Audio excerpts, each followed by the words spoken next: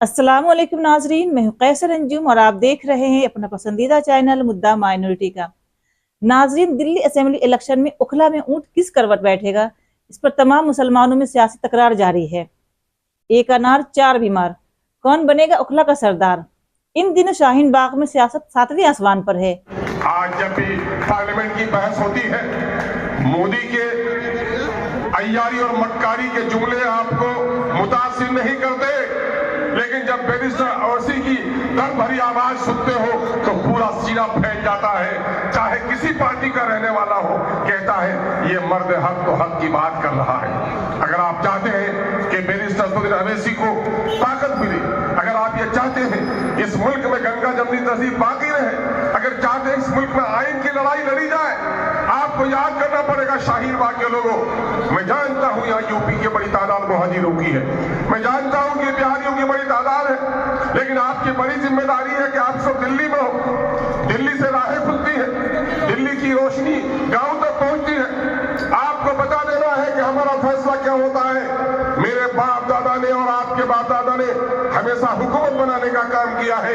MIM आपसे कहने के लिए आई है कि हमने हुकूमतों को बनाया भी, हमने हुकूमतों को गिराया भी। अगर मेरे वोट में ताकत हुकूमतों को गिराने की है, हुकूमतों को बचाने की है, तो खुदा की कसम इस वोट में ताकत अपने नस्लों की तकदीर को बदल देने की है।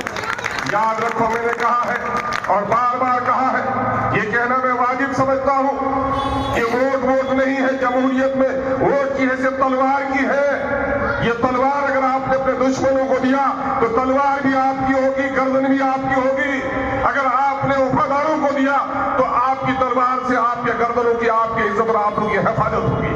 बताया मानतुल्लाह क्या आपको वोट दिया था? केजरीवाल को जवाब देना चाहिए कि केजरीवाल दिल्ली की सल्तनत छीनकर तुमको लोगों ने इसलिए दिया था, मुसलमानों ने वोट दिया था कि तुम औरों से बेहतर साबित हो गए, लेकिन तुमने बताओ एनआरसी में तुमने किसका साथ दिया?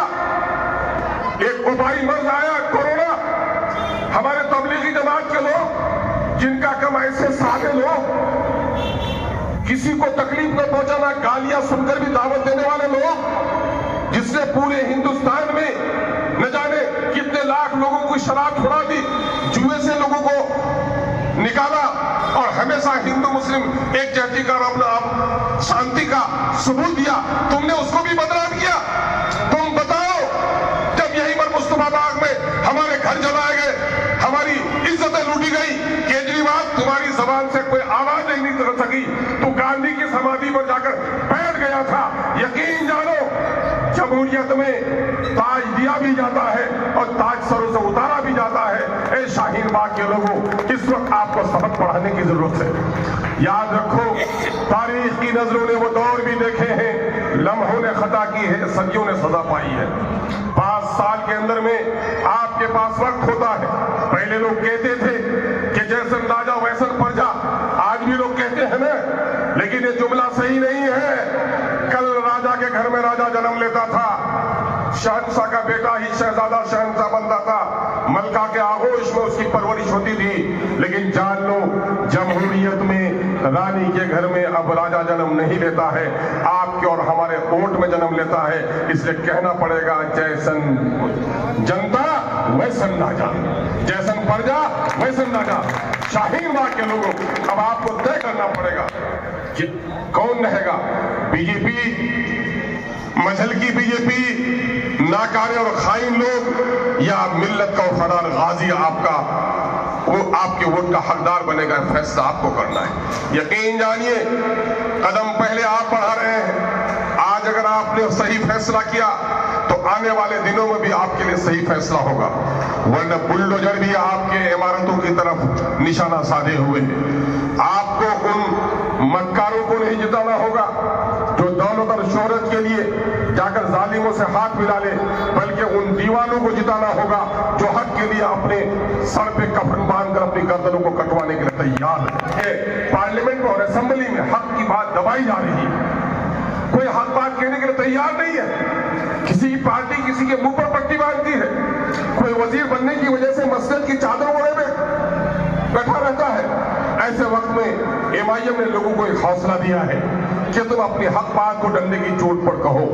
اس لیے آج ایک سپاہی جو مجلس اتحاد المسلمین کا ہی سپاہی نہیں ہے صرف، بلکہ ملت کا ایک غازی ہے جنہوں نے ایک بڑی جنگ لڑی ہے.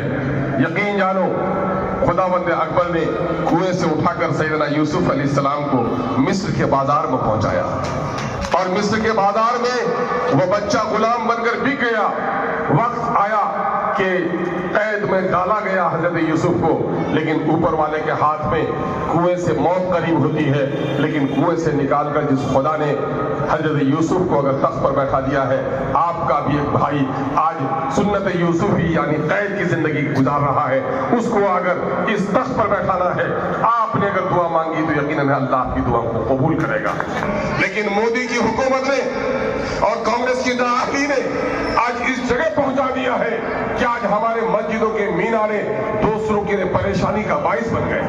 آج ہمارے دینداروں کی ٹوپیاں اچھالی جا رہی ہیں، داڑیاں نوچی جا رہی ہیں، بیٹیوں کے نقاب پھاڑے جا رہے ہیں. کوئی دن ایسا نہیں ہوتا جو مسلمانوں کے ساتھ ظلم و زیادتی نہیں ہوتی. یاد رکھیے یہی ملک ہے جہاں دلتوں کو عزت نہیں تھی، دلتوں کو کتے اور سوروں کے برابر ظالموں نے کھڑا کر کے رکھا تھا. ہم نے دلت بھائیوں کو گلے لگایا، تقریب انسانیت کا پیغام پہنچایا. آج دلت بھائیوں پر بھی جو ظلم ہو رہا ہے، میں دلت بھائی کو کہنا چاہتا ہوں کہ میرے دلت بھائیوں آج ہوش میں آؤ، تم کو میں نے عزت دی ہے. یہی وجہ ہے کہ یہ لوگ ہمارے دشمن ہوئے ہیں. ہم جو تمہارے دوست ہوئے، یہ زمانہ ہمارا دشمن ہوا ہے. ان ظالموں کو پہچانو. ناظرین، اوکھلا سے کون بنے گئے ملے؟